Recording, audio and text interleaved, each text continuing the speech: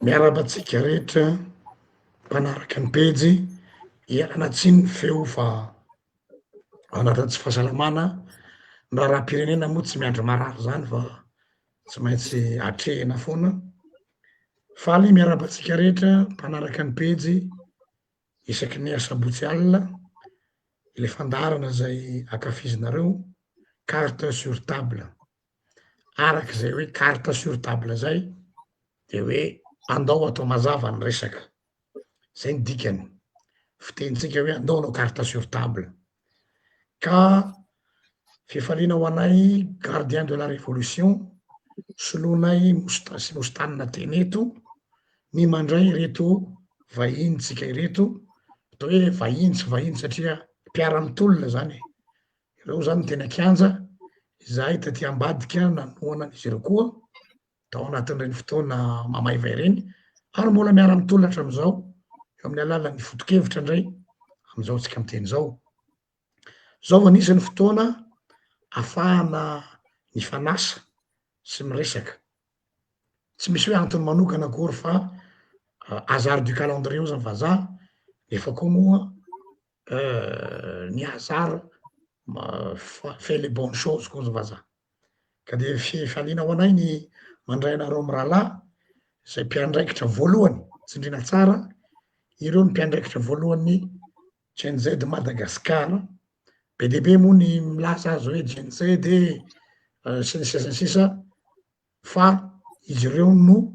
matoa zay manasa azy de efa nahazo toky sy antoka fa zareo no mpiandraikitra ka omentsika azy ireo fitenenana dans un premier temps anazava hoe iza moa izy ireo zay tonga manatrika andrika amty hariva ty soradoka ya faly miarahaba atsika rehetra amin'izao fitafatafana amin'ny anio hariva zao Damienso Miandra président an'ny GNZ Madagasikara ofisialy ny miaraka amiko ato Fabien Ranefson antsoina hoe Naivo secrétaire général an'ny GNZ Madagasikara ofisialy.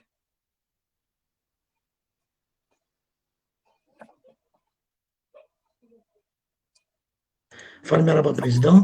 GNZ miaraba koa ny secrétaire général atsika tonga Soamatsara eto eny ary zay no ela i Mostanina moa efa fantatrareo miaraka amitsika eto isaky ny asabotsy ny lohateny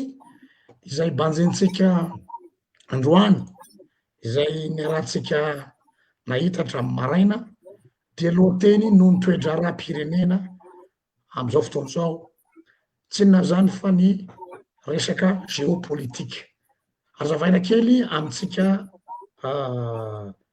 mpanaraka Facebook hoe aiza ho aiza moa zany géopolitika zany zany hoe Madagasikara na de nosy aza de tsy afa-miala amin'ny fifandraisana iraisam-pirenena misy lalàn'ny politika era-tany tsy afaka miolon'olona irery tsika ary isika dia miankin-doha mialatsiny fa mbola tsy maintsy zay no feno am'ireo tandrefana sy hafa koa zay la zany hoe mpamatsy vola atsika manoloana amy tsy fiankinan-dohatsika ara-ekônomika sy ara-tafika tsindriky koa zay dia tohatra ny tsy manana zay ho lazainy le amy firenena malagasy fa mizaka zay tian'ireo atao miditra zay te hiditra mivoaka zay te mivoaka rehefa nandeha ny tolona ka mipetraka ny fitondrana ankehitriny dia isika vahoaka malagasy variana fotsiny tam'le raharaha politika anatiny fa azadino fa mifamatotra sy mifandraika amin'ny politika iraisam-pirenena io mandaingitsika raha milaza fa ny mpitondra rehetra amy fandimby-teto de misy dia tanan'ireo firenena ivelany na ny mametraka azy na ny manala azy zay ny lalàn'ny zava-misy zany ka raha hitolona tsika tsy maintsy hitolona amireo front anakiroa reo ka izay no nanasanay ny GNZ izay fotoana ho an'ny vahoaka te an-tany aloha zay voalohany indrindra hoe aiza hoe zany jenizay tam'izao fotoana zao manoloana ny tantaranareo roa volany lasy zay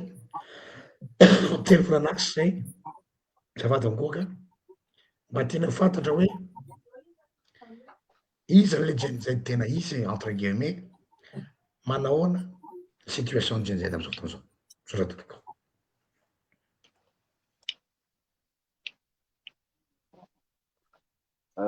ho raisiko angamba ny fitenenana vao manomboka moa ny live tiky ty de lestage de jiro lampe torche manjary tsy hitanareo ny tarehako fa tapaka ny jiro aty amin'ny faritra Ambohimanarina amintsika miteny zao. Mankasitraka indrindra pasteur de mamerina ny arahaba ny fanaraka ny pejy aloha voalohany indrindra sambany ny tenanay moa tsy de zatra atao hoe miditra live ohatr'izao. Raha ny tantara manokana ny Gen Z treny am-piandohana de te hanindry kely fotsiny aloha zahay hoe tsy hoe fanontsinana ny Gen Z de betsaka izy eto Madagasikara misy isan-karazany amintsika miteny zao ary efa misy ny atao hoe Gen Z vorongona zay mihitsy moa tsy zahako ny nanao an'le appellation fa zay mihitsy ny petraka ofisialy mihitsy izy manana amin'ny pejiny manokana izy hoe Gen Z vorongona. Raha iverenana kely fotsiny ny tantara de izahay moa telinkanja izay sy ry président Damien miaraka tamina olona maro teny moa zany tsy de tena hoe misy structure hoe hoe organisé tsara zany fa raha ny tantaran'ny Gen Z Madagasikara ofisialy manokana no asiana fijery todika kely de telinkanja moa zahay niaraka tamin'ny hoe lante médicale moa fiantsonay anazy le raha natadiditsika misy paramedy mpitsabo dokotera le mitsabo telinkanja ho an'ireo zay naratra telinkanja de mitsiry ny atao hoe vision zany hoe vision hoe rehefa vita ity tontolo ity ahoana tsika de au départ izahay teo amin'ny 2020 teo atao hoe tena mpiaraka zany telinkanja de nanana fikasana zany hoe orakizy mba ofisialy tsara ny zavatra ataotsika ity mba hisy ny structure bien organisé sy ny karazany de atao isika soratra ara-panjakana de tamin'ny 16 octobre 2025 teo no nametraka ny birao nasionaly teny préfecture de police zany zay azahoanay récépissé. Le micro azafady. Tapaka ve micro? Non, tapatapaka le micro. mandefa tsara ia de nanapa-kevitra moa zany izahay mpikambana atao nakany atao hoe tsaokevitra ny rehetrarehetra hoe ahoana hotohizatsika ve ty raha mangy ty sa hoe rehefa vita ny fidinana teny an-dalambe ajanona hatreo de hijery hijanona ho mpitazana fotsiny isika de ndao ary ndao atsangana ny association de mivadika association moa zany ny Madagasikara ofisialy aveo de nanana ny birao zay atao hoe birao fonjy ihany aloha teny am-piandohany de rehefa nifampiresaka tamin'ny namana mpiara-mitonona tany faritra sy ny karazany satria amintsika miteny zao moa zany de efa manerana ny Madagasikara ny mpikambana ny mpandafitra ny Gen Z Madagasikara ofisialy raha tsy diso ny mety ho amaren'ny président ihany izy aveo district anankiray ngamba ny sisany tsy misy mpikambana tamin'ny Gen Z Madagasikara ofisialy izay efa misy olona ihany zany fa ny anay moa zany ny fidirana mpikambana ato aminay de tena misy ny fanadihadiana lalina hoe inona marina zavatra nataony tamin'ny andro filomana tsy hoe matetika mantsy ary tsy takona filma zany fa ataon'ny olona fijapijapiana fotsiny hoe tsy mitolona na olona manafinafina zavatra nataony de manao fanadihadiana zay de zay ny somary mbola nampitaratsika kely district fa raha sikafon'Andriamanitra mety amin'ny herinandro ity dia efa azo mandady kory zareo feno tanteraka ny feno manerana ny nosy ny fiavatana Madagasikara ofisialy. Mbe kely ny président ngamba ny fanomezana sao dia misy zavatra latsaka kely avy amin'azy.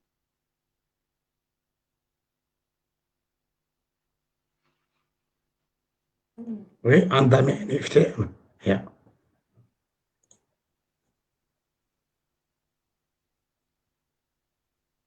Damien président tsy maheno ngamby ny président Tsy mandeha micro-ny Damien. eny e dia mandrapa le tsara ny hoe ny tsy marive Damien tsy maheno mihitsy ny président zany. maheno Somary tsy dia maheno aho fa avo be le orana dia tsy dia maheno. iaho omenanao fitenenana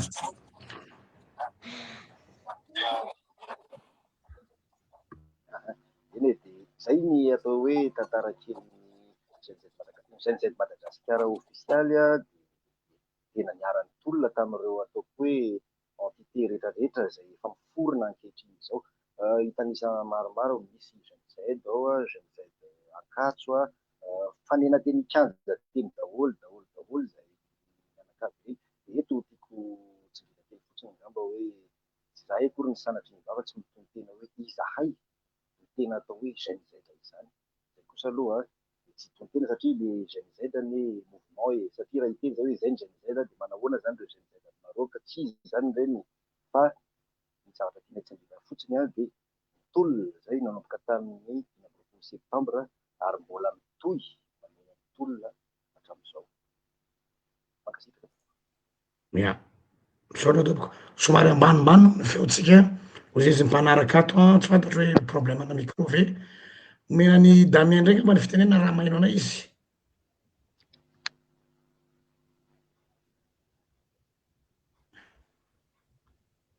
Manana problème mihitsy ny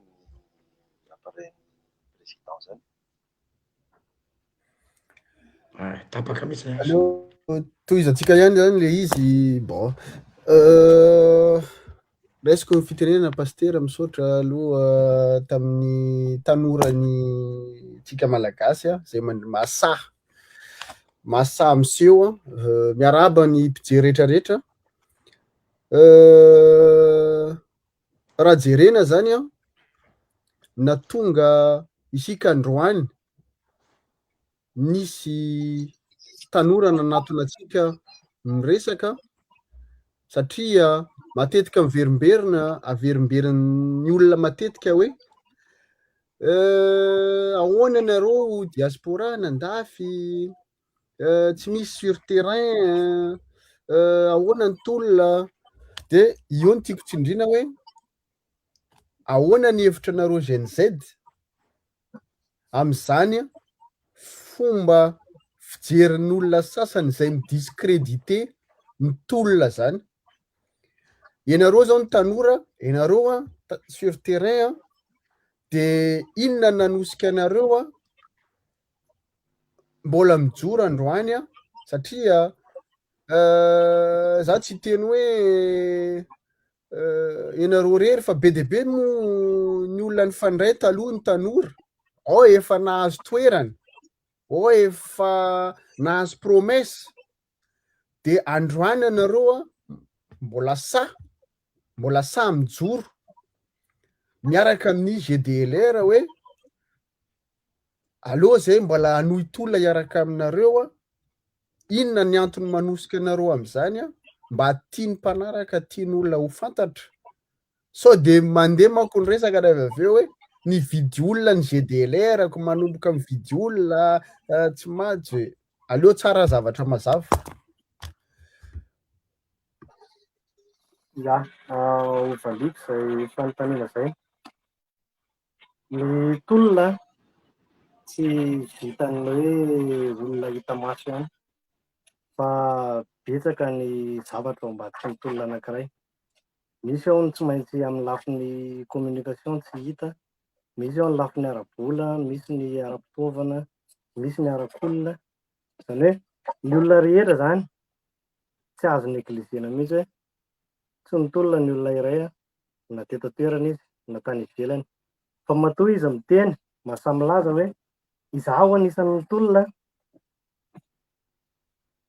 dia nanana fahatsapan-tena zany izy nitolona zay, ka tsy afaka hoe ny olona ivelany zany no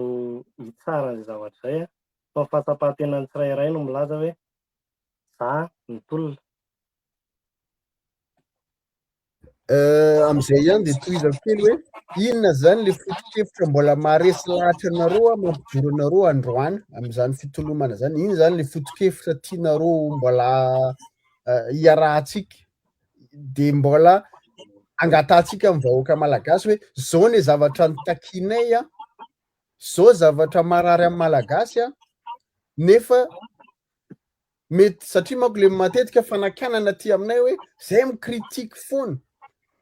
fa satria zay ary tsy sur place tsy anatoerana fa ianareo sur place zany hoe mahatsapa ve efa tanteraka zavatra efa mba misy sombotsombo za tsy miteny hoe ao anatin'ny 2 volana da ve ho tanteraka daholo ny zavatra rehetrarehetra fa mba fahitanareo ve misy fiandohan-javatra am'izao misy am'izao.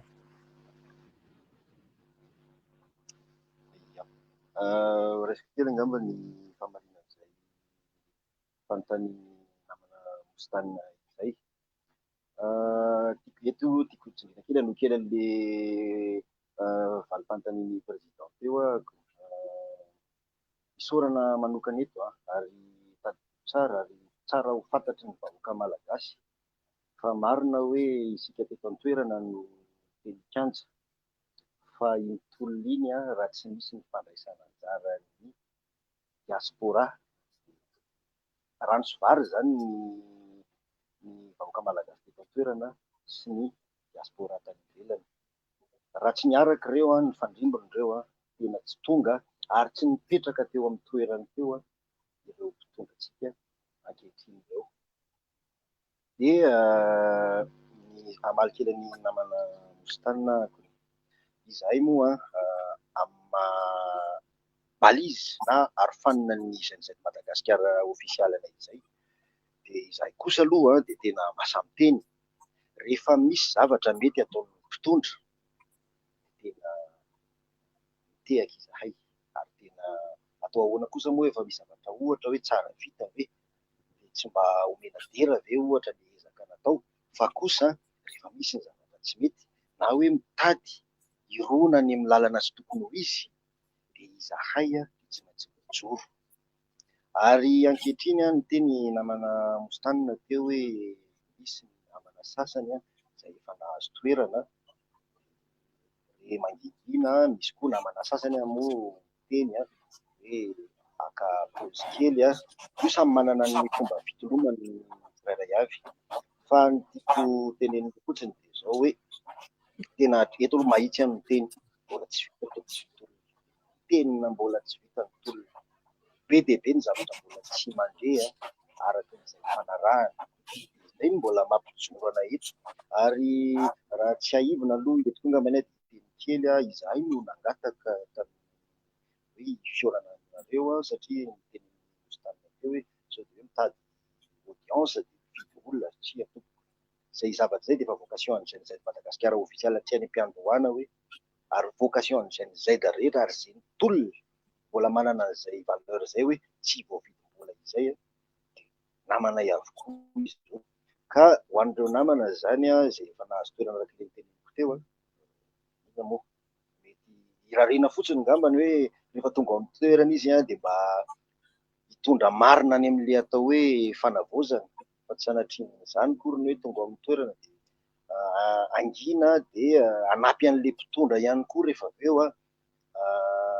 hitondra an'ilay mpitondra any amin'ny lalana tsy tokony ho izy ka eto araka ilay teneniko teny am-piandohana hoe balizy mipetraka ho balizy izahay dia tena mbola tazoninay izay prinsipe izay hatreto izay no mbola mahatonga anay miteny hoe mbola mitohy ny tolona hatramin'izao. Ia, misaotra betsaka naifo. Mety nanaitra ny olona le hoe gardien de la révolution sy Gen Z androany hiaraka hiresaka fanontaniana mipetraka amintsika rehetra fa tsy aminareo mirahalahy ihany a. Inona nahatonga anareo nanaiky ny fanasan'ny GDLR? Misy antony manokana ve mahatonga an'izay fifanantonana eo amin'ny andany sy ny ankilan'izay, sa sendra fanindran-dalana fotsiny? Ary aiza ho aiza ny tondro zotra entre guillemets hoe inona lay dingana manaraka am'le tolona izay araky ny tenin'ny SG teo hoe mbola misy zavatra mbola tsy mipetraka amy toerany. Ro zavatra mbola tsy mipetraka amy toeran'ireo ve detain-javatra sa tena io le mbola tsy tafavoaka mihitsy le tena fototra?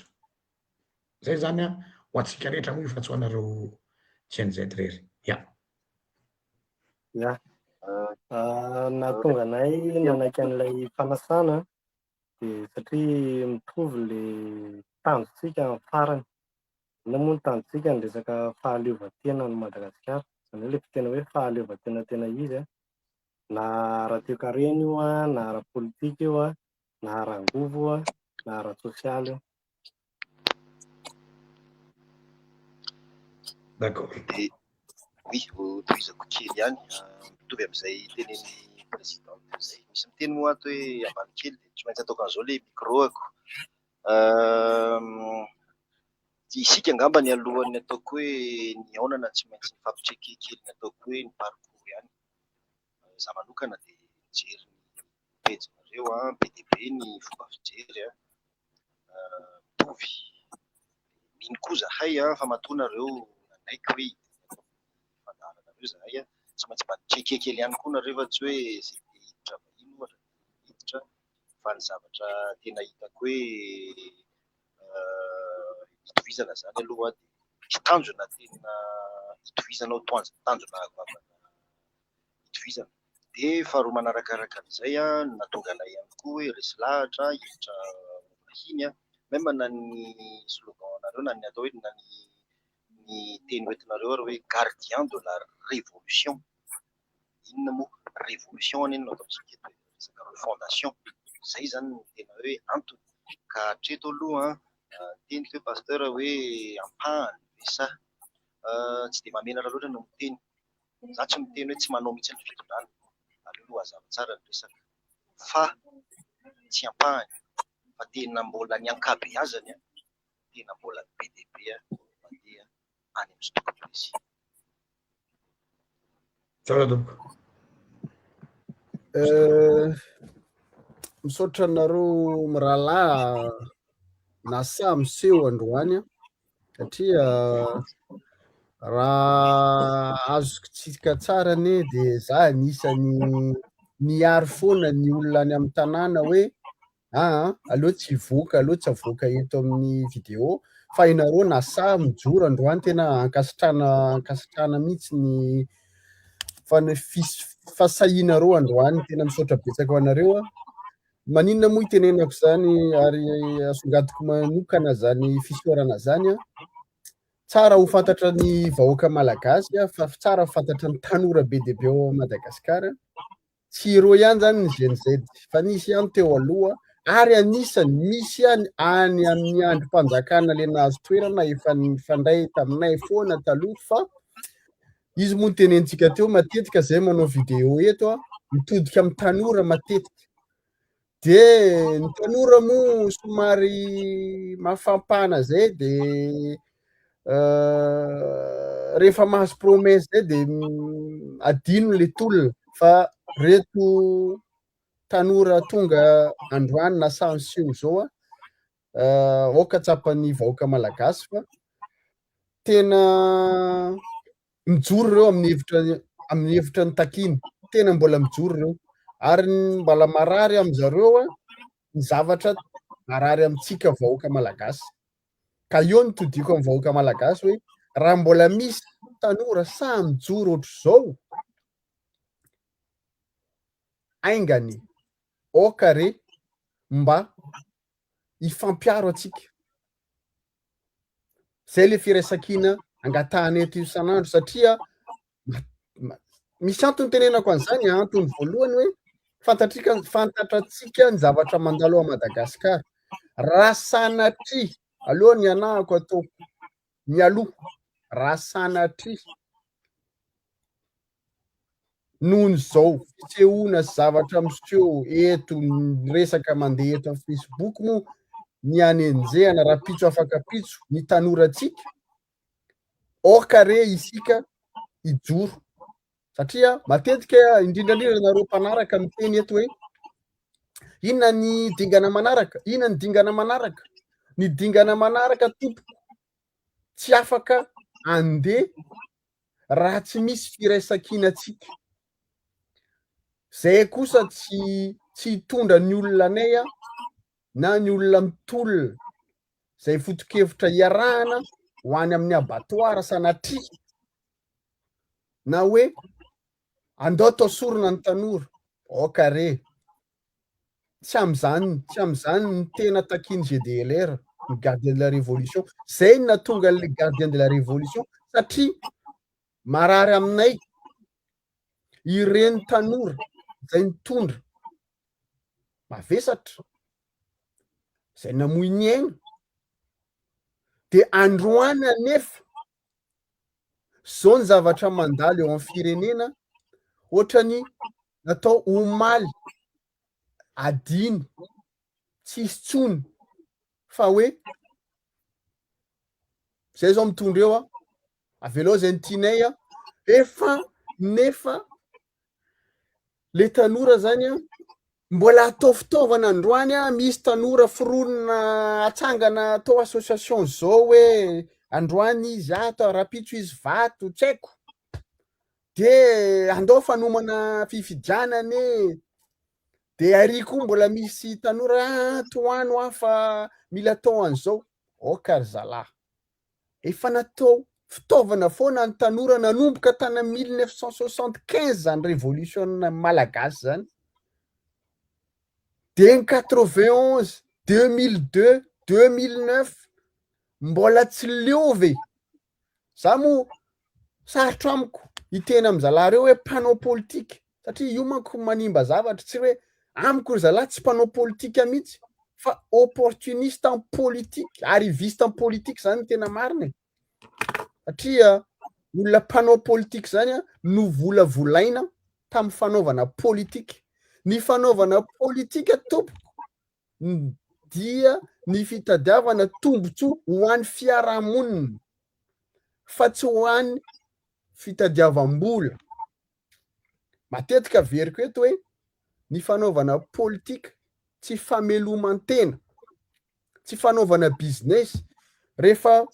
misy olona manao science politique manko reo be dia be zany ny tanora manao science politique de azaveko eto hoe rehefa vonona ianao anao business aza manao politika any amin'ny affaire ny atao fa rehefa anao politika zany ianao inona ny ahasoa zany fiarahamonina ny malagasy zany ny zavatra voalohany fa amin'ny zava-misy androany tena miala tsiny tsy hoe manenjika an'iza n'iza raha mijery hoe mifanaovana populisme. Za tsy miteny hoe olona ray fa tena ao anatin'le fitondrana rehetrarehetra manao populisme.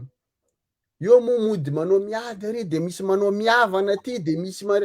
efa tanteraka efa any amin'le tombotsoanareo le zavatra de ny vahoaka atao fitaovana. Io moa misy ny adivantsika tamin'ny fitondrana teo aloha zany tsy fanaran-dalàna zany. Androany le tsy fanaran-dalàna ohatran'ny lasa principe fa tsy exception tsony. Raisitsika fotsiny zao tamin'ity herinandro ity miala tsiny amin'ny tenan'izany. Malaza be hoe misokatra ny sidina any amin'ny faritra de ny avy roplanina miaramila de atao any nefa tsika teo nanenjika tany amin'ny fitondrana SVM nanenjika zany hoe resaka era-mady sikatranatrano nanenjika tsika tamin'ny régime Rajoelina. Androany aleo mbola tsy ataontsika dossier ray zany androany fa tena manahirana ohatrany hoe tsy rarahana tsony zany le le olona maty sy naratra tamin'izany tolona zany. Atao fitaovana foana le terme hoe le mot miteny hoe fanavaozana, fanovana. Amin'izao andro fanovana zao, fa fanovana amin'inona re azafady? Ka manaitra antsika vahoaka malagasy manomboka verina sandray ny tanora miseho androany de ho izy dingana foana io mandeha tsy moramora atsika, tsy ho kivy zahay manentana. Zay tsy miteny hoe influenceur tsy influenceur zahay tompoko, fa mba mitondra ny fisainantsika malagasy, mba hialana am'le tenin'le zala ray ana Suisse hoe niveau T2, efa misy miteny moa zao hoe niveau moins T2 mihitsy ary. Fa tsy haiko le niveau moins T2 io hoe maternelle ve sa inona. Ka io ny ialako tsiny am'izany hoe andao irahina antsika malagasy indray fa manomboka sahany tanora miseho mijoro amin'ny heviny inona moa tsy anohizantsika vahoaka malagasy an'izay. Aoka am'izay zany hoe ao anatin'ny 2 volana ve de havita zavatra. Tao anatin'ny 2 volana zay ohatra miomana ho any amin'ny fifidianana, ohatra misy zavatra hoe inona moa le terme zareo zay pasteur hoe tsy mbola tetezamita fa inona moa le izy teo intérim. Any amin'ny intérim efa manomboka manao t-shirt, efa manomboka misy organisation mitsena ery, mitsena aty. Efa tena pré-campagne anie zany le foto-kevitra hoe andao hanao refondation ohatra ny efa tsy ao anaty refondation tsika ka miala tsiny, tena efa tsy ao anaty refondation. Io moa zao hoe miteny foana koa zay teto amin'ny GDLR de hoe misy mikomy analan'ny président HCC inona ny antony hatramin'izao tsisy discussion, fa zay mahafantatra fa sanatria ve ho tonga am'izany. Misy olona te hitondra le firenena mafy nefa na i colonel de mampanontany tena androany hoe enao mon colonel, miala tsiny raha tena aminao mivantana zay androany hoe enao nandraindrainay anova anao mamiaramila anao. Fa ohatra misy olona mikomikomy ao de le resaka alefa foana hoe iry zalahy fanjakana teo aloha zany excuse le teo aloha, le fanjakana tao anatin'ny 10 taona tsy nanao ninina. Olona tsy mahay ninina zany, olona tsy mavita ninina zany mahatonga manilika any amin'ny hafa foana. Fa raha ohatra ka anao zavatra tonga de le décision raisina androany, zao ny atao de zao ny atao de ato ny lalantsika. Fa ohatrany hoe efa mivoana, tena miala tsiny fahitana efa mivoana ny fomba fitondranareo firenena. Le populisme mieritreritra nareo hoe tsy afaka zay zao ny tena itodiako amin'ny vahoaka malagasy androany. Azafady re vahoaka malagasy aza mba variana amin'ny resaka populisme ianareo satria ianareo ny fototra ny fahantrana, ianareo ny fototra mahatonga an'izao fitondrana zao manao zay tiana atao, satria ianareo mbola variana mitaky mitehaka le manao merci président. Zay ny mankararan-tsaina ny firenena fa tena hoe talohatsika ohatrany hoe kidnapen'le mpandray koveta sy jiron'akoho, satria reny mitehaka le mpandray koveta sy le mpaka jiron'akoho sy le mpaka vary kely. Fa androany mbola mitohy le izy fa amin'ny fomba hafa. De isika vahoaka malagasy ihany ny tompona andraikitra voalohany am'izany fa za mametsin'olona am'izany. Fa raha isika ny tsy andray andraikitra tena miala tsiny. Marary aminay mahita ny firenena mahantra, marary aminay a mahita havana mamoy ny eny nefa inona moa ny azonay atao zay moa mba izy afa-tsy zao mahatonga saina ny vahoaka zao de eo avy metraka fanontaniana ho an'ny tanora malagasy a inareo moa solo tena elo androany hoe ahoana ny hevitra anareo manoloana izao politika hoentiny fitondram-panjakana am'izao hoe na am'resaka diplomasia internationale zany a za moa ny andraindray satria mivoaka tato ato mandeha Dubai mandeha ty mandeha ry de misy an'ny fampanantenana ohatr'zao za tsy teny tsony hoe le fampanantenana ao anatiny izay tsy tokony ataony zany fanjakana interim de io ny todiko aminareo tanora nareo moa efa tsy ho avy ny firenena fa ianareo ny tompon'ny firenena de atodika any aminareo le fanontaniana ahoana ny heritreritra ny tanora am'izao zava-misy ao Madagasikara am'izao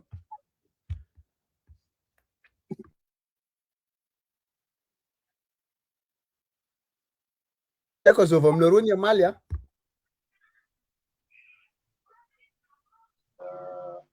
resaka ngamba ny famalina ny fanontaniana feno de feno ny fanazavany namana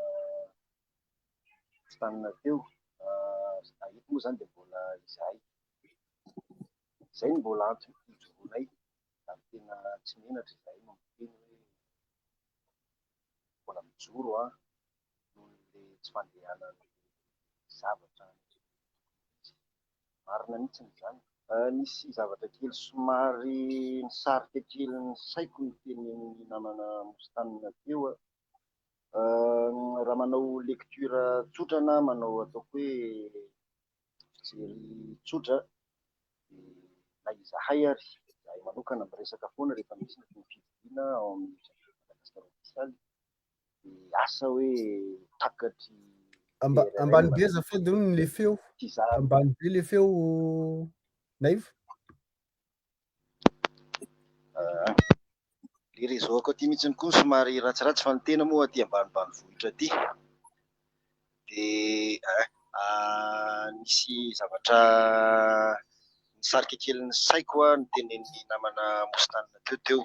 amin'le hoe colonel Michael IPRRM no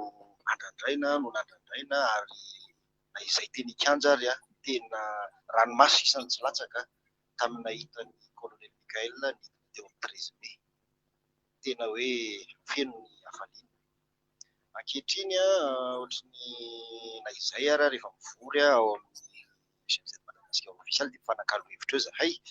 de izy moa tsy misy ny proof sarotra be le tonga de teny zavatra hoe tsisy proof fa juste fotsiny hoe fizarana kely zany hoe nampametra-panontaniana mihitsy le hoe raha ohatra moa rava ny HCC mety takatry ny besin'ny maro ny tiako atongavana hoe raha misy ny ataoko hoe hetsika na iza ny olona hitondra ao aorianan'izay zavatra zay raha ohatra ka misy zany ny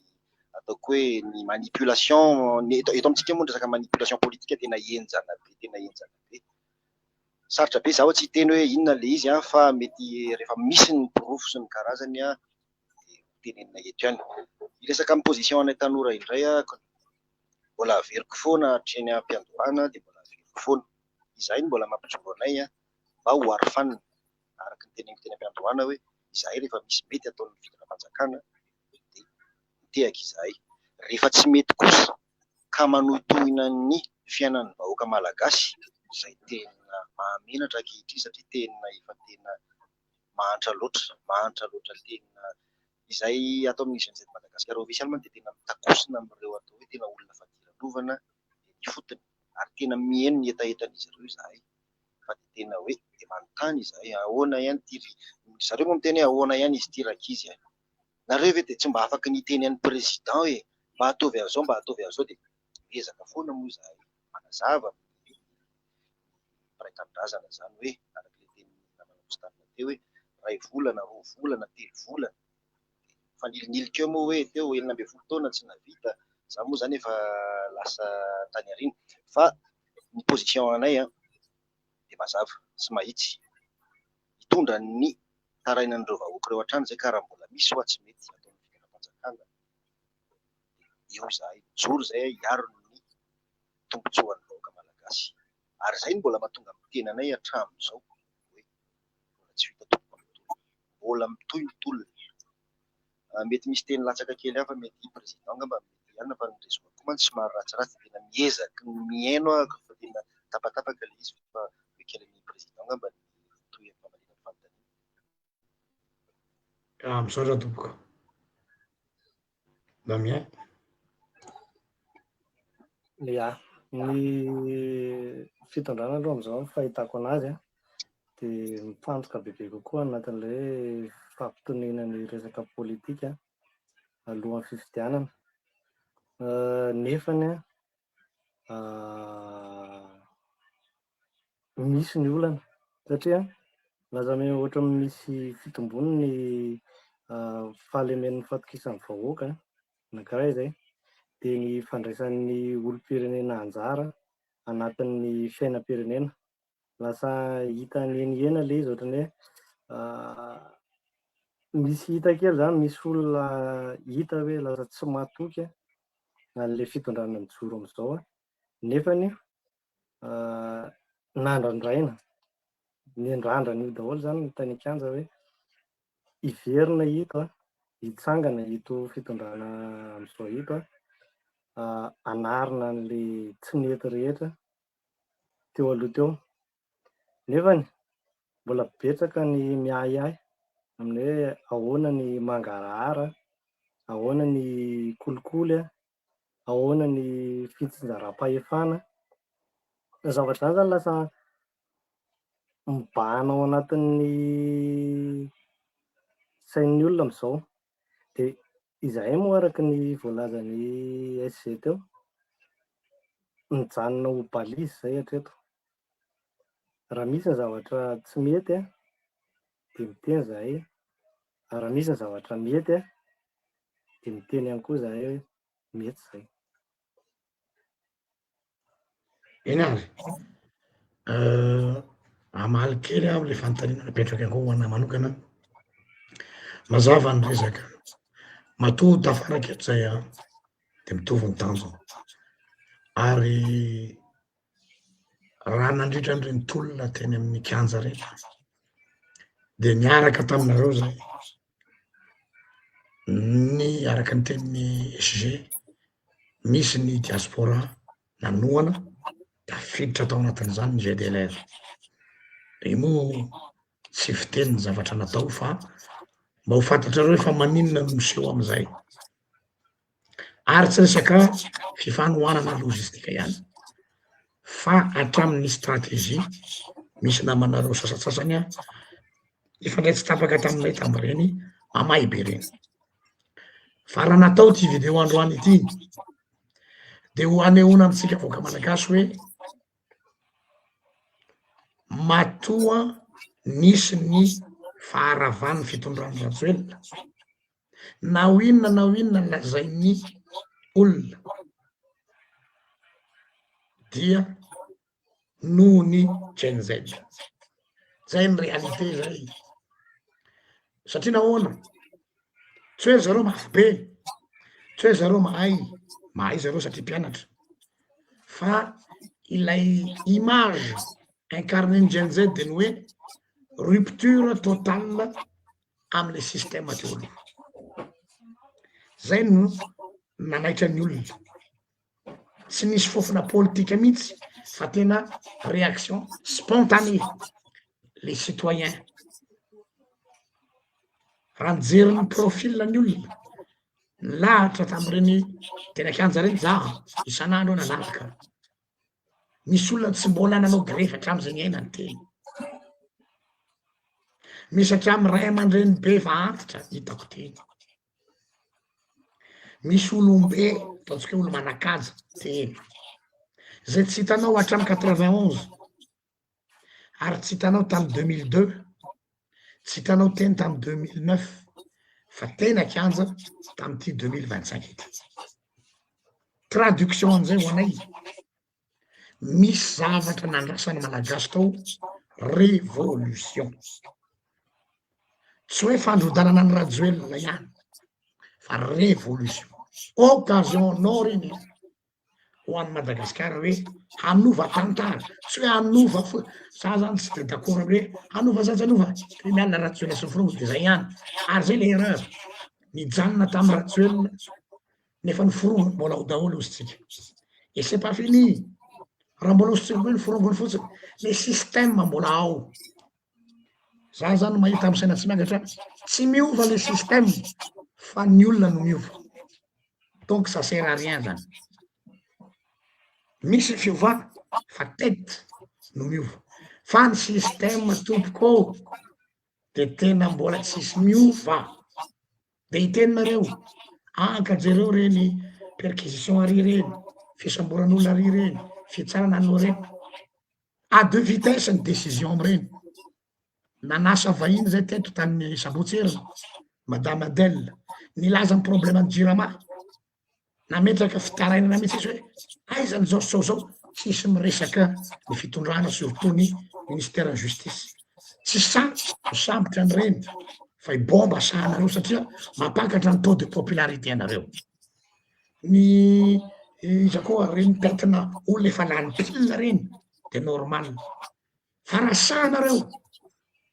de nareo mahalala tsara izy amin'ny fototry ny problème ao Madagasikara de reo mpanageja ny énergie ao Madagasikara de ny vahiny zany mazava ny resaka ary fantatsika izy reo tsy sanititiky reo satria ireo no manodidina ny système ireo no mamelona ny fitondrana ary fantatray fa misy amin'izy ireo naty fa ny trano ny mpitondra am'izao fotoana zao aloha zava ny resaka fantatray zany dikan'izay aoko tsika tsy fa mitapitaka aoko tsika tsy fa merivery fa raha tena nova le système ovana ina le système tafiditra am'izany géopolitique eto zany anisananjenjeta dingana voalohany zay vitatsika nanalany rajoelina sy Ravatomanga dingana faharoa géopolitique eto am'izay ny tena tendrombohitra be tao ambadiky reny bandy reny reo vazaha mena sofonareo ahoana ny stratégie tsika hiatrenandreo satria reo ny tena mitondra ny lakle am'izao fotoana zao tadiavan'ny Trump atao fanalipako Madagasikara zano mon colonel avec tout le respect que je vous dois je suis déçu de votre décision ozany hoe mbola eriteritry zahay fa mbola tsy manavaly teny ny amin'ny proposition trop tsy tokony eriteritry ianao fa tonga de tena non catégorique hoe Madagasikara tsy atao fonja à ciel ouvert ho an'ny olona dangereux tsy hitako ny mbola andiniana zany e raha ohatra hoe iara-iasa amin'ny Amerikanina ve sa iara-iasa amin'ny Russe ve iara-iasa amin'ny zany d'accord mila concertation fa ity danger public de mbola eriteritry ianao vohina mbola eritreretina il suffit de regarder au Angola il suffit de regarder au Salvador vao tamin'ny maraina nisy mpahay diplomatie nanao reo gadra ho alefa ty reo raha alefa tsy hoe gadra fotsiny fa ho hipetraka mandrakizay hanova mihitsy ny paysage démographique malagasy izahay GDLR des mouvements extrême droite souverainiste tsy manaiky ny hanaovana safiotra ny malagasy afangaro kolotsaina hafa dans le sens hoe atariny zanaty pasteur any teny eto anisany nanimba ny firenen'Israely nampifangarona ny taranaky ny Assyrianina sy ny Israelianina tao avaratra de io tsy nampifankahazo ny sud sy ny nord de miteraka adipoko tsy nifankahazo ny nord sy ny sud aza fangaro le vahoaka malagasy ka ama filoham-panjakananao ny adidinao voalohany mon colonel de ny souveraineté nationale manaiky aho hoe ilaina ny vola ilaina ny famatsim-bola tsy hanome gâteau ny olona fa misy kosa ny ligne rouge à ne pas franchir ka eo indrindra nalasana anareo jenjed hoe aizao aiza ny fahavononareo hiady amin'ity combat anankiray ity indray hoe ireto tandrefana hiditra eto amitsika hitanareo ngamba schéma politique am'izao fotoana zao fa ny rosianina sisika hitataratra hoe iza miaraka aminy ny amerikanina moa tsy lazaina tsony efa miariary eo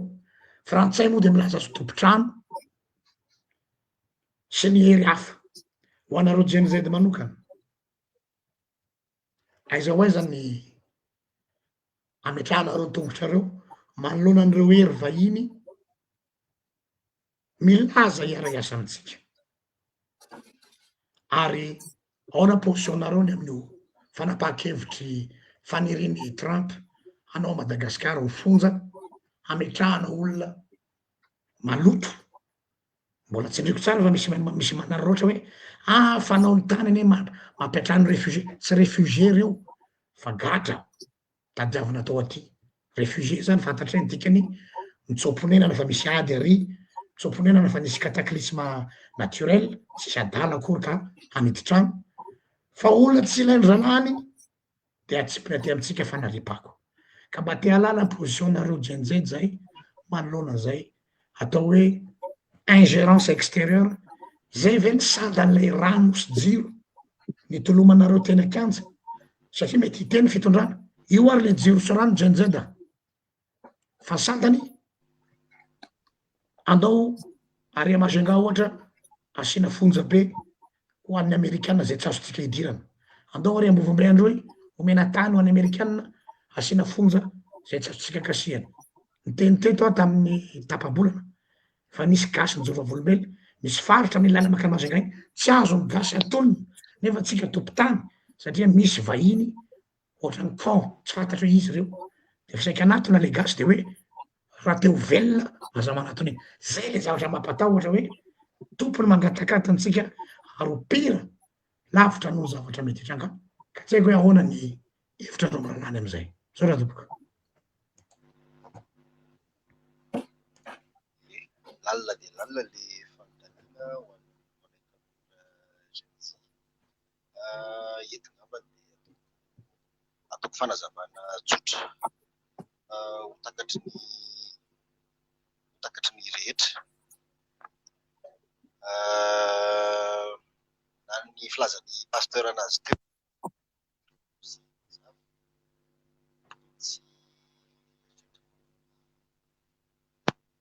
tsy mahazo ny feo tsy mahare tsy tonga ny feo mare nareo mirana maheno mihitsy tsy maheno mihitsy aty ohatrany tsy tonga le feo de mitsoka misy le zay problème maheno zay zay maheno nareo zay izy mahazava tsara allo ataoko tiro ok ataoko tsotra ngamba ny vality araky ny tenin'ny pasteur teo sanatry ny vava ve zany de ho fanaripako i Madagasikara mampalahelo le izy na de ataoko hoe mieritreritra an'le izy fotsiny ary mety tsy mampaninona anahako raha iza manokana no anontaniana hoe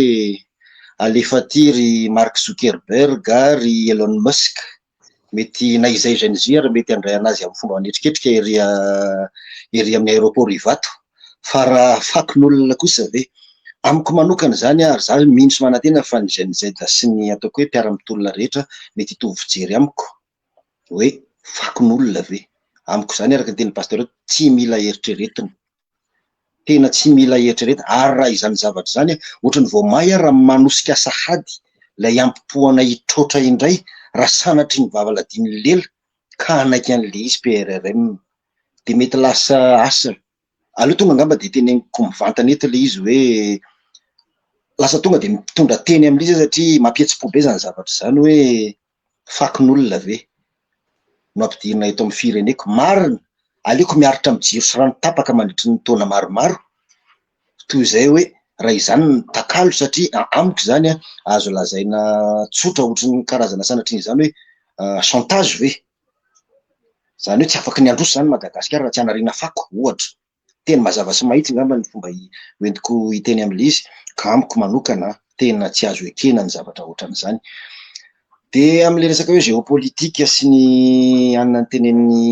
pasteur teo ihany koa, ataoko hoe limité ihany ngambany aloha ny en terme-na connaissance ny amin'ny mahatanora ny tena ny resaka géopolitika, fa raha amin'ny fahalalana aloha de hita ankehitriny mety diso ny fomba fijeriko fa ry zareo atao hoe ny occidentaux am'izao efa du précipice ihany zareo ary tena azo lazaina hoe na i Macron ara moa tsy fantatra intsony moa na ihana tena marina ny le discours ny Macron iny hoe raha misy ny fanafiana ny anina de efa misy pays africain amiko reny aloha ny fifandraisana amin'ireo tandrefandreo ataoko hoe ataoko hoe ohatra akaiky zay ngamba mety hoentiko anazavana an'le izy am'izay mba mety mahatakatra ambonimbony le fanazavako. Ohatra ny ka ny Burkina Faso zao efa nisitaka tanteraka tamin'ireo tandrefandreo izy, de averiko amintsika malagasy ny fanontaniana hoe aiza ho aiza Burkina Faso lavaka ve izy sa nisy fivoarana tsara. Raha mikasika ny eto amin'ny tany sy ny firenena eto Madagasikara indray voatsidiky ny toe-karena eto Madagasikara eto ngamba ny tsy ataoko hoe tsy sujet tabou fa tapitra mahalala fa ny vahiny no mifehy plus précisément ny karana resaka énergie zany, tsy mamenatra ny teny an'izany, ny karana, ny resaka télécommunication mbola ny karana ihany koa zany no mifehy ny ataoko hoe tout ce qui est resaka économie eto Madagasikara. De zay zavatra zay no tsy fantatro hoe le izy moa raha ohatra hoe donnant na hoe misy gain ho an'le vahoaka malagasy, tena tenenina aminareo tsy mamenatra zao ny connexion atsatoka eto amin'izay mahatonga an'le connexion ako somary ratsy indraindray ny kalitao ratsy nefany ny vidin'ny connexion internet eto Madagasikara de tena mbola lafo de lafo aloha hatramin'izao raha comparena ny any ivelany. De ny zavatra tiako tenenina fotsiny ngamba de zay hoe raha manao fampitahana tsotsotra arak'le zavatra nyteneniko teo fotoana ngamba zao efa ela loatra tsika niara-niasa tamin'ireo an'ireo de mila mitady lalakafa indray ngambany. Asa mety diso be dia be moa miteny hoe raha hiaraka amin'ny Russie de mety ho pire tsy fantatro, fa amiko aloha hatramin'izay nahariko saina izay de tsy mbola nahita mangirana mihitsy ako ny amin'ny malagasy anahako hoe niarana tamin'ireo vahiny reo. Ary tia moa zany zavatra resahako aman'olona matetika foana hoe iza amin'ny firenena afrikanina zay niara-niasa tamin'ireo ataoko hoe tandrefandreo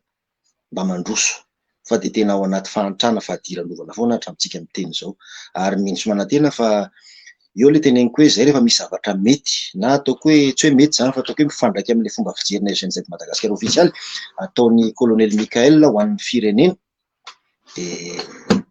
mitehaka izahay satria raha ny fijerinay mantsy satria mbola tsisy atao hoe tena concrétisation na hoe déclaration officielle hoe hiara-hiasa amin'ny anina ohatr'izao tsika de tena ho atsaharintsika tanteraka ny atsy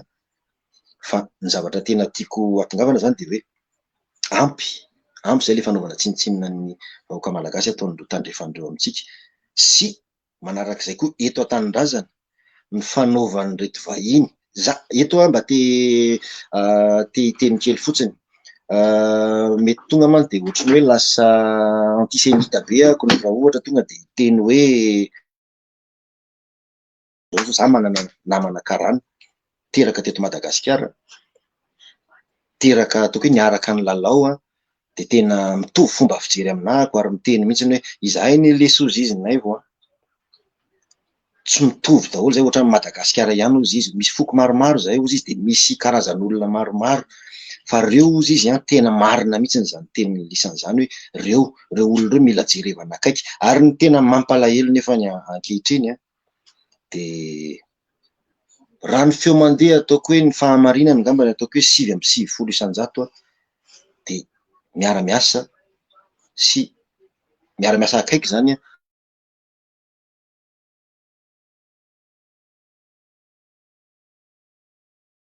na tapaka mety zay mety hoe lava loatra ny fanazavako fa entiko azavaina zany izy amin'ny fahalalako de zay fotsiny mba tiako zaraina kely hoe fotoanany ngambo zao ifoazana ny vahoaka malagasy, tokony ho sarotintsika tsirairay avy araka le tenin'ny pastera teo hoe tena tompony mangatakatiny ny vahoaka malagasy, tena tompony mangatakatiny. De amaranako kely an'le teniko fotsiny mba minso manantena fa raha ohatra mijery an'ity ianao Andriamatoa Filohajaina Colonel Mikael, aoka mba tsy hiditra eto amin'ny tany sy ny firenenan'ny malagasy zany fakin'olona any ivelany zany. Mankasitraka tompoko. Damien sao dia anampy le micro tsy mandeha. Ho fanampiko kely ny SG satria efa lavalava ihany zay zavatra nyteneniny teo zay maisy zay anazy moa dia izy mpitondra teninay dia izy foana nefa zatra miresaka maharitra zay mahatonga anazy tena hoe izy no miteny maharitra be eto fa ho fanampiko kely an'izay le zavatra nitakianay iny zany mbola very foana ny fahaleovantenan'ity firenena ity. Raha mahaleo teny ty firenena ty dia afaka manapa-kevitra rery izy ny fitantanana, ny harena sy ny vahoaka ato anatiny ary ny tsy fifehezan'ny firenena hafa avy any ivelany. Zany nefa tsy midika hoe tsy afaka miara-miasa amin'ny hoe tsy miara-miasa amin'izaniza isika fa hoe isika no mamaritra ny lalana. Zay no anampiko kely azy. Fantatako. Ia, alohan'ny tsy fantatro raha iteny Ostanina fa misy zavatra nafinaritra ny tenin'ny SG teo hoe raha sanatry ka hiditra eto ihany reo fakofakon'olona reo dia tsy anaiky isika, tsy anaiky ianareo. Zay koa efa niteny, mbola tsy niteny Gen-Z. Raha sanatry io ka terena hiditra eto ihany dia zahay gardien de la révolution zay tarigo dia hitarika ny vahoaka malagasy hidina an-dalana. Satria nahoana? Fiandrianam-pirenena koa mbola ambony lavitra noho ny jiro sy ny rano. Satria rehefa ireo no eo dia hiafy ny malagasy. Ilaza zavatra anankiray aminareo ho anay avy any Fort Dauphin rehefa tonga tany Fort Dauphin ny QMM. Asa raha fantatrareo vahoaka malagasy fa misy andiana fianakaviana maromaro nitaterina nanorina tanàna mihitsy zareo vahiny hoe hiasa ao amin'ny QMM. Tsy olana zany fa ny zavatra nitranga dia ny poste clé rehetra tsy nomena ny gasy tao fa nafarana olona avy any ivelany, efa nanomboka olana zay. Ok, tsy maninona mety hiteny izy tsy compétent ve tsika à discuter fa iteny grave tao Fort Dauphin. Rehefa niforona tanànan'ny QMM miaraka amin'ireo vazaha reo tonga dia niakatra x10 ny vidin'ny entana teny amin'ny bazary. Afaka mitémoigner an'izany ny olona Fort Dauphin. Za zanaky Fort Dauphin. Hena vidina 3,5 tsy miady varotra mampiasa QMM avy any andafy fa zareo be dia be tonga dia mividy amina grosy niavinavina mivaroko hena hoe rehefa tsy vidinao 4 alina eo tsy malefako efa ho avy eo amin'ny QMM maka azy. tsy mbola miresaka fiandrianam-pirenena tsika mbola resaka fahefa mividy. Tiako tenena amitsika avoaka malagasy hoe tsy problème anay zany vananay rehefa misakafo zay de ampy anay zay pasteur fa avelao hiditra zay hiditra. Tsy azo nareo an-tsaina mihitsy zany zavatra zany fa niaran'ny Fort Dauphin zany. Hofatrano efatrano vo tonga zareo tonga de roetsy farafahakeliny, fonctionnaire kely, mpiasa birao kely, le mpiasa satana kely tsisy nipetraka ray zay.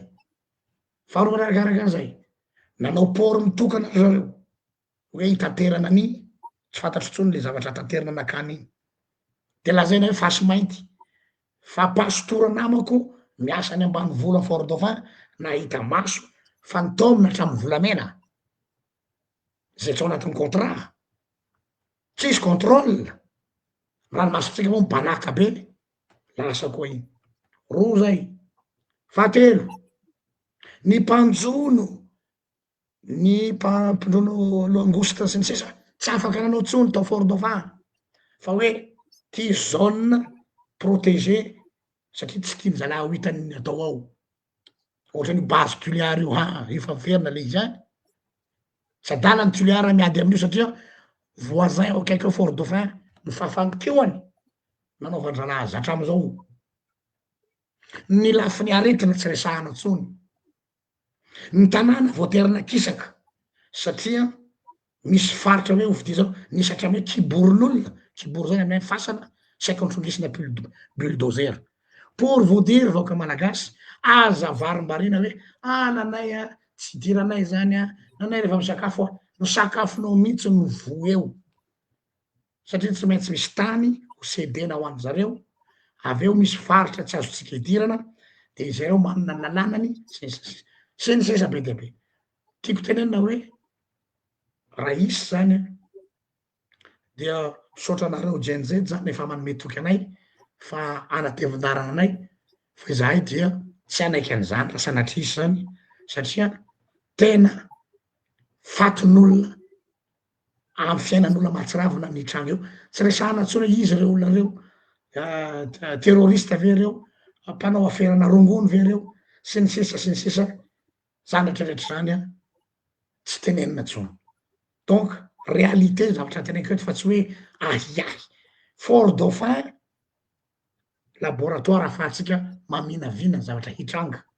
raha ohatra ka hisy zany zavatra zany. Zay ngamba no tsara mba mareko eo fa azoko mena mositana ny fitenenana fa misaotra tompoko. Misaotra pasteur, misaotra nareo mirahalahy koa tamin'ny fanazavana be dia be iny jery todika kely amin'ny nataonareo teo miresahanareo teo satria niresaka nareo resaka vahiny resaka iza ny safidy ny tatsinanana sa ny tandrefana ny amiko manokana aloha tsy de hoe any ny olana satria na hiaraka amin'ny atsinanana atsika na hiaraka amin'ny tandrefana atsika raha am'izao situation misy amin'ny Madagasikara zao am'ireo arriviste au pouvoir rehetrarehetra reo naiza ny alentsika tsy tafavoakytsika miankina amin'ny volonté politique io de mbola miverina amin'ny resaka souveraineté ihany na hiaraka amin'izany sinoa sy ny russe zany na ny Afrique du Sud zany fa niaraka tamintsika foana reo ne tsy lavitra teo matoa misy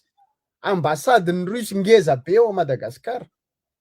de niara-niasa amintsika foana zany russe zany. Matoa misy ambasady ny Chine ngeza be eria matanjaka be ry zalahy ao. Ny ambasady ny Amerikanina zany efa taty aorina izy nanorina io andranomena ngeza be io fa kely ny ambasady Amerikana zany taloha teo iza moa anaran'ny tanàna aty miakatra ny Tsavoly kely Ambatomena ny russe ngeza be voalohany tao ny sinoa ngeza be tao zany russe sinoa zany ane efa tamin'ny andron'ny président Ratsiraka efa niara-niasa amintsika akaiky Président Ratsiraka anisany hoe tao anatin'ny parti communisme ny Sinoa. Fa zao ny anahako io resaka souveraineté io sy ny souverainisme-le pouvoir de souveraineté io tsy ananatsika le olona eo amin'ny pouvoir raha mbola izao le miazakazaka any am'le fitadiavam-bola amin'ny business adala zay tsy miaro ny azy raha afaka matoa Ratsiraka na vita nandroaka vazaha mivoaka tsy Ratsiraka ane nanana politika androaka vazaha voalohany fa tany amin'ny Ramanantsoa fa nitohizany teteza mitany Ratsiraka transition directeur militaire na tonga Ratsiraka teo amin'ny pouvoir taty amin'ny 73 75 vao tafavoaka le vazaha vao niala 76 17 taty dikan'izany ny zavatra nitohy tao raha androany ve tsika aka décision mieritreritra nareo ve hoe ireo olona reo niavitan'izany io ary izy zay manome vola ihany ny tena miara-miasa aminy tsy aritra iny de hoe raha mitodika atsika indray hoe aleoko vahoaka malagasy ihany tsindriko alohan'ny za manao appel faharoa de hoe raha isika vahoaka malagasy tsy mandray andraikitra tsy maintsy ho tengenan'olo loatra zao foana isika ipetrahan zareo foana ny eo an-tampon-dohantsika satria tsika variana manaiky resaka populisme voalohany mialatsiny aleo ataoko amin'ny teninay Diego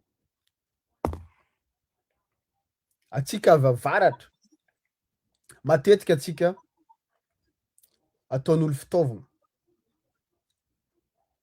zao malaza be fitakena hoe fédéralisme variegna mitaky fédéralisme ino ma raha ho fédérentsika na sombintsombiny fahefagna tsy azotsika misy moa am'izao misy miteny triangle du nord ty fomba fampiadivana le foko satria matetika atao fitaovana le fomba fiteny hoe fanjakana merina fanjakana ny côtier na de tsy de tiako loatra le terme côtier zay fa zao variegna am'izay atsika jiaby surtout zanaka amin'ny faritra nefa magnano ny ataony ihany ry zalahy reto io ataony fitaovana de ampiadiviny foana androany hitatsika raha mandalo rehefa nahazo fahefagna ry zalahy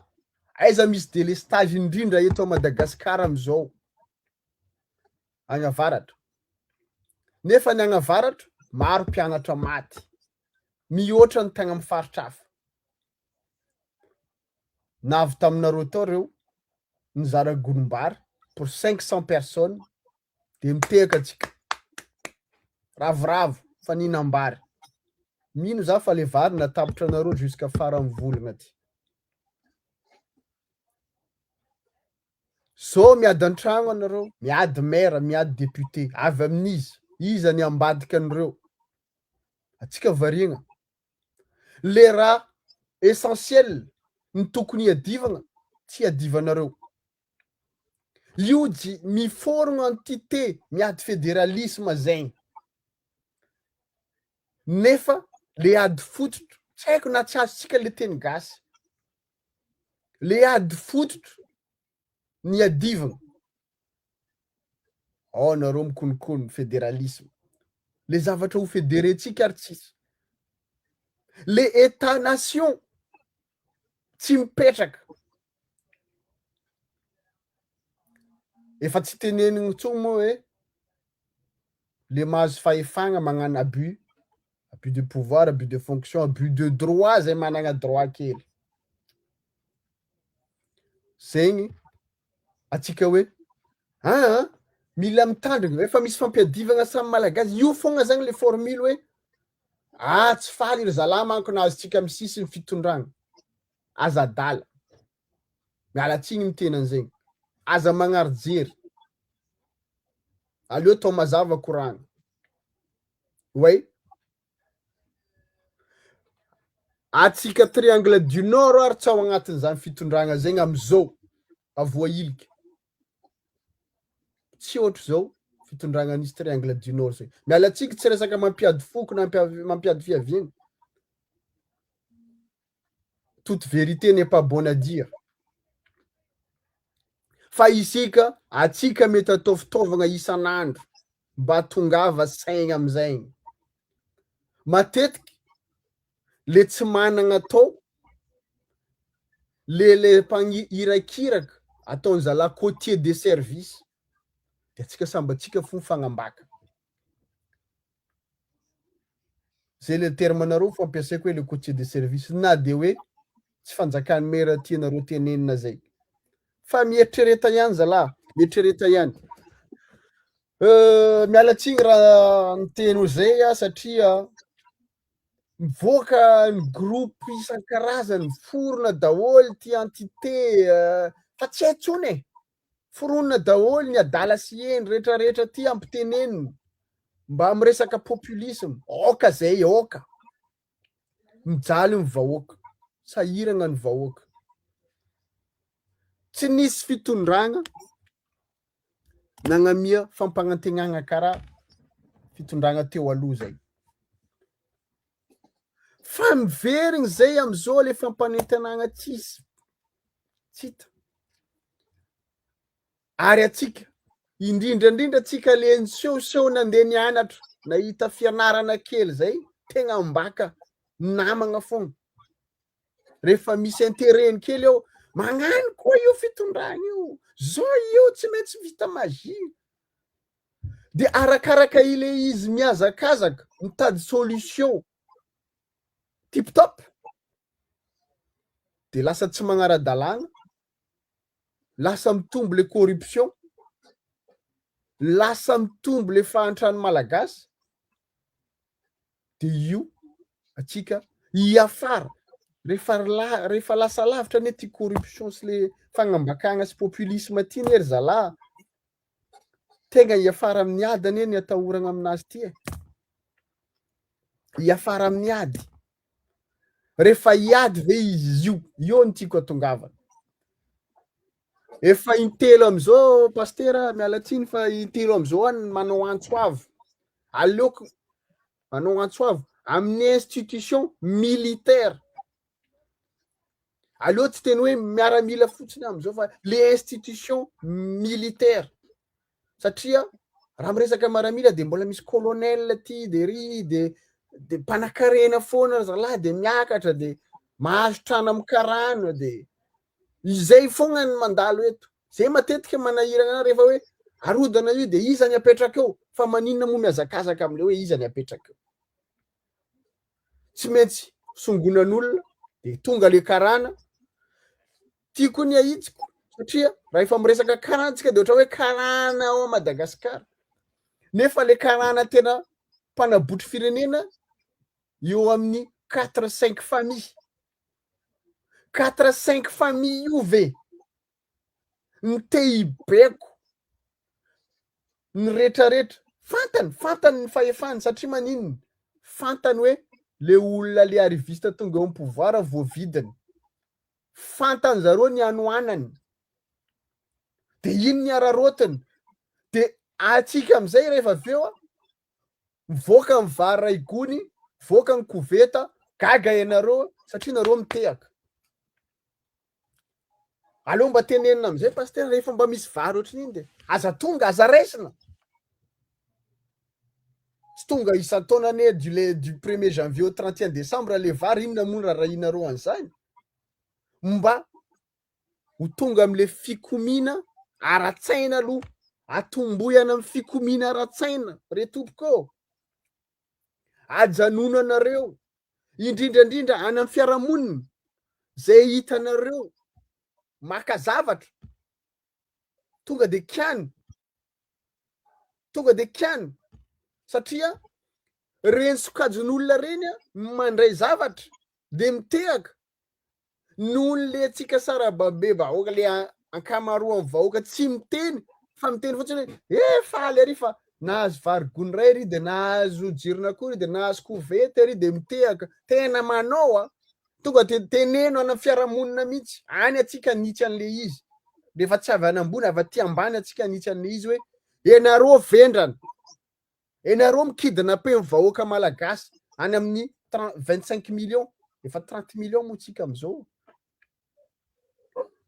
satria ireny olona reny mitondra atsika mifahantrana noho ny fitehafany de mbola zay mitodika amin'ny miaramila zay hoe raha ohatra ka tonga am'izany extrême zany ny vahoaka malagasy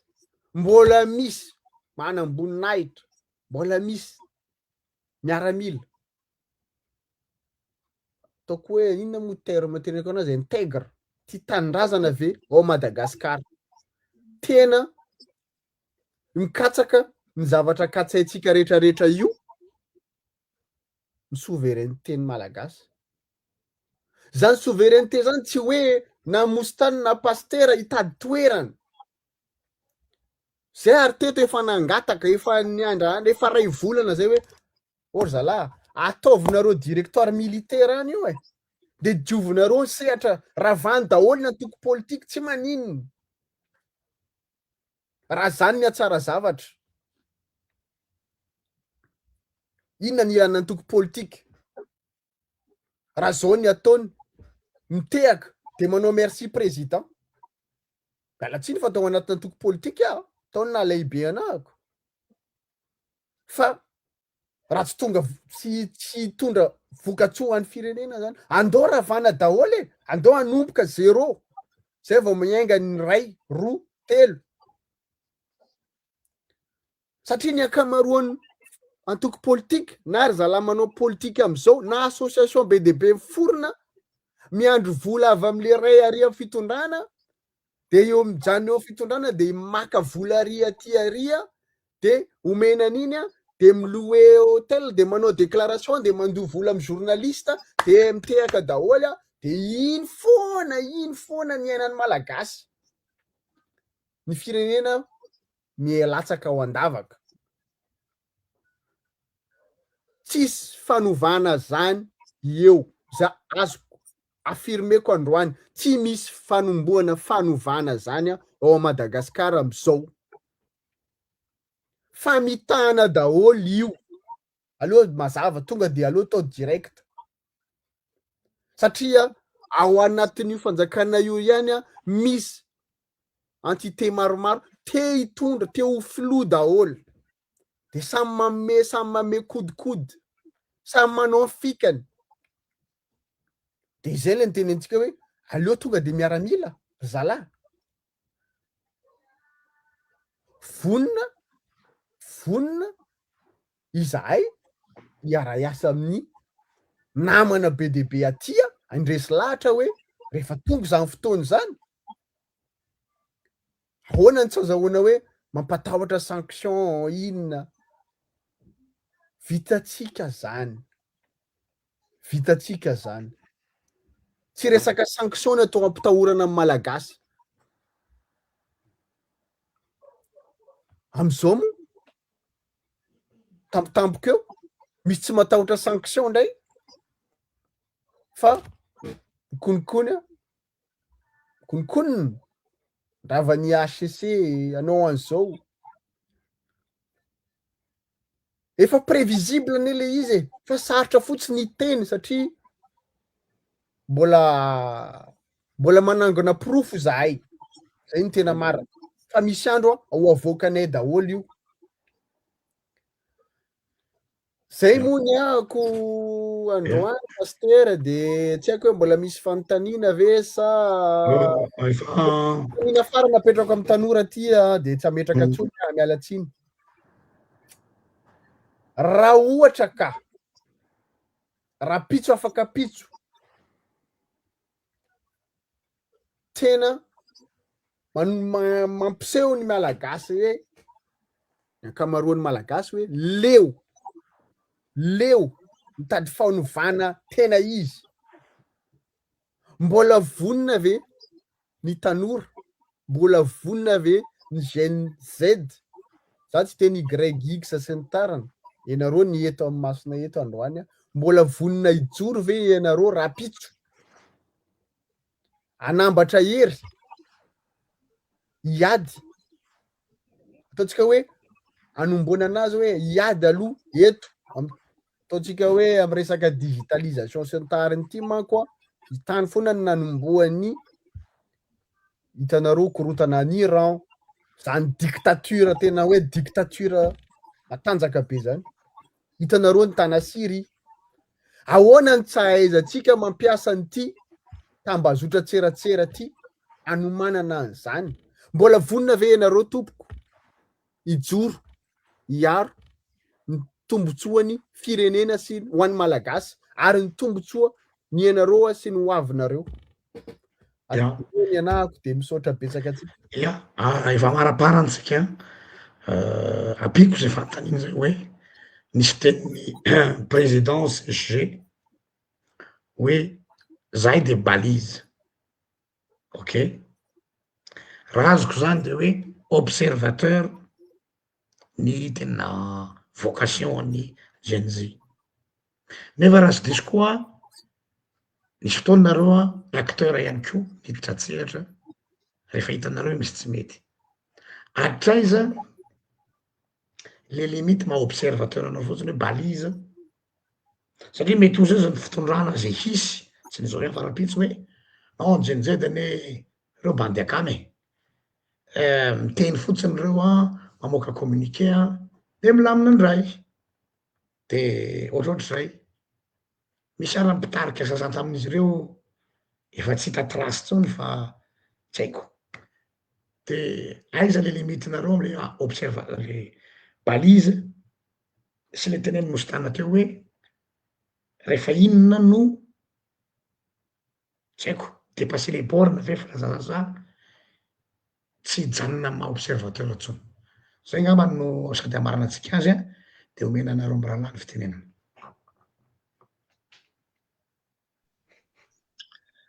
Ia, araky ny efa nifampiresahana teny am-piandohana moa ie balise tokoa izahay fa hoe atraiza le fetrany.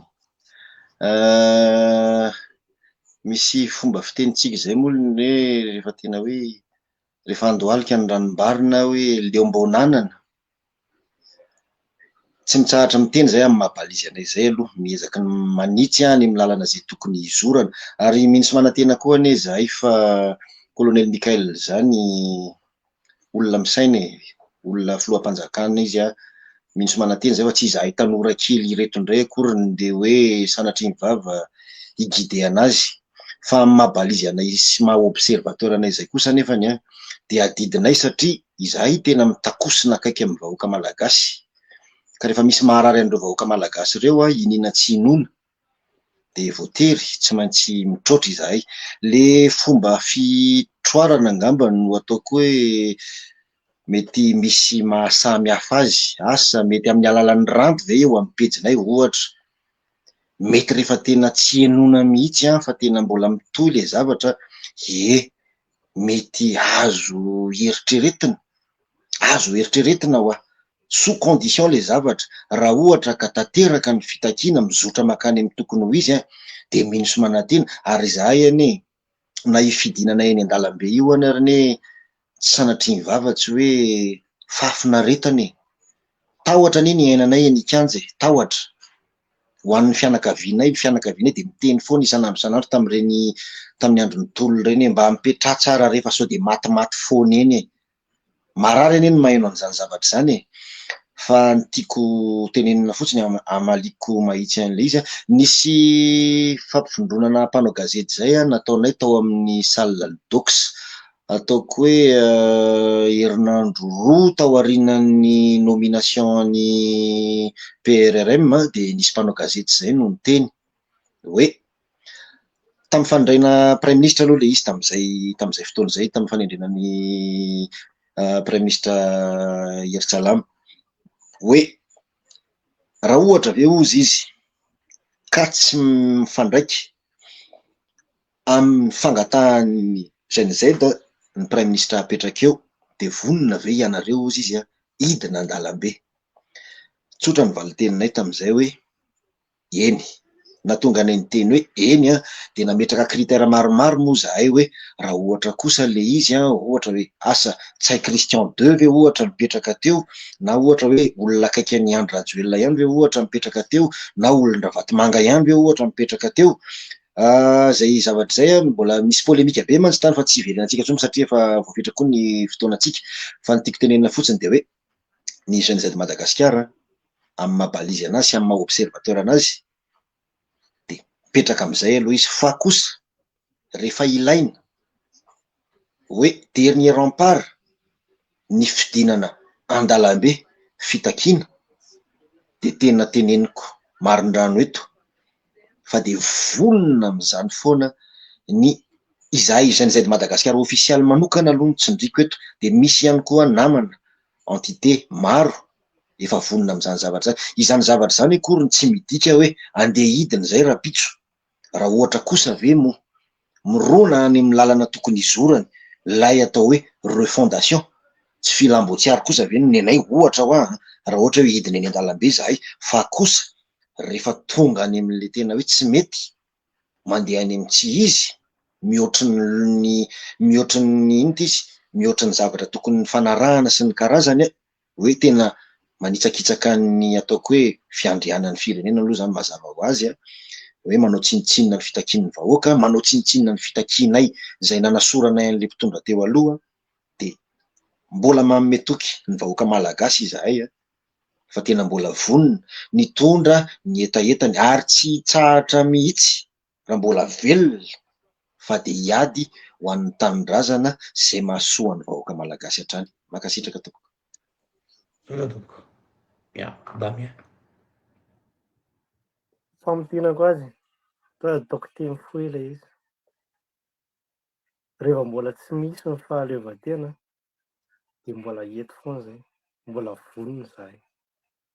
Izay ny amin'ny tenako azy. Mazava zay. Misaotra antsika rehetra, misaotra anareo, misaotra ny mpanaraka ny pejy nanaraka hatramin'ny voalohany ho izahana ho fera anatin'ny resaka saniany moa satria mavesatra dia mavesatra ny vidin'ny méga tsika teo. Mankasitraka anareo amin'ny ralàna na ikovahinay amin'ity andro hariva ity, ialana tsiny ny feon'ny mpanomponareo fa andro maromaro tsy salama, saika tsy nanao an'ity émission ty ary aho hoe nosy taninareo fa za hoe aloha izy tsy avela rereto fa mba hanampy azy eto ihany. Mbola misy ny fotoana iarahantsika miasa, ny teninay aminareo GNZ, eto zahay gardien de la révolution, zokinareo ray aman-drenareo satria misy ray aman-dreny fotsy volo be dia be ato, zay azonareo atao filakevitra, azonareo atao andrekinana, tsy irery anareo ary matoky zahay ny fahendrenareo fa mbola miandrandra anareo vahoaka malagasy. Ary za mitodika malagasy hoe ireo no natoy zao anareo, ne soyez pas ingrat envers l'histoire. Tsy misy izao zavatra raha tsisy ny GNZ Madagasikara. Manana ny kalemany izy, manana ny fahalemeny izy. Nisy ankizy tia tena kely tao, tsy afeniny zany. Nisy nanao tohatra fiakarana GNZ tao, misy foana zany amin'ny fikambanana rehetra. Zay GDLR koa misy an'izany. Fikambanana raha tontolo zao, tsy lao zany zany. Fa l'esprit mbola ao mihitsy. Ary matoa zahay nanapa-kevitra androany, napakatra an'izy amin'ny rahalahy. Tompona andraikitra voalohany, dia azonay antoko zany. Ka dia mangataka anareo vahoaka malagasy aho, aza esorinareo amin'ny GNZ Madagasikara ny confiance-nareo satria misy mpitondra fanjakana mampizarazara hevitra anareo any mamorona entité hafa hampalefaka an'ireo Gen Z reo fantatry zareo tsara ny force an'ireo fantatry zareo tsara ny force de frappe an'ireo dia manakarama influenceur izy manakarama leader d'opinion izy olo malaza manatsatso an'ireo ataontsika hoe tanoratsika reo vola moa misy institution ampelantanany moyen ananany reo tahaka ny GDLR tsy mba manana fambatsy volany aposy no miala tsy fantatrareo zany nanao plus daholo zay reo niatoka ny sakafony ankizy teny akianja tsisy vola ka tiako tenena hoe fantaro ny olona tena tianareo fantaro ny olona nanolotra ny aino anareo ary aza tsy patolaka ny tana fa mbola lavitra ny lalana ko meo tanana zahay meo sandry zahay meo tongotry zahay meo enti-manana zahay tsy hanafina mihitsy zahay satria mbola mafy ny ady tendrombohitra olo ngeda be le makasitraka anareo nanaraka ty fandarana ty hatramin'ny voalohany ka hatramin'ny farany de miraro soa anareo mirahalahy havita ny tolona zay tena zao vao tena tolona fa le teo fanokafam-bavony fotsiny fa izao no tena tolona satria ady am'reto vahiny reto izay manao ampimamba ny arenatsika sy mampahory atsika vaoka malagasy dia zay ngambany va de mametraka veloma mahafinaritra mandra-piona ho amin'ny manaraka indray misaotra indrindra tompoko Makasitraka daholo ary miraro soa daholo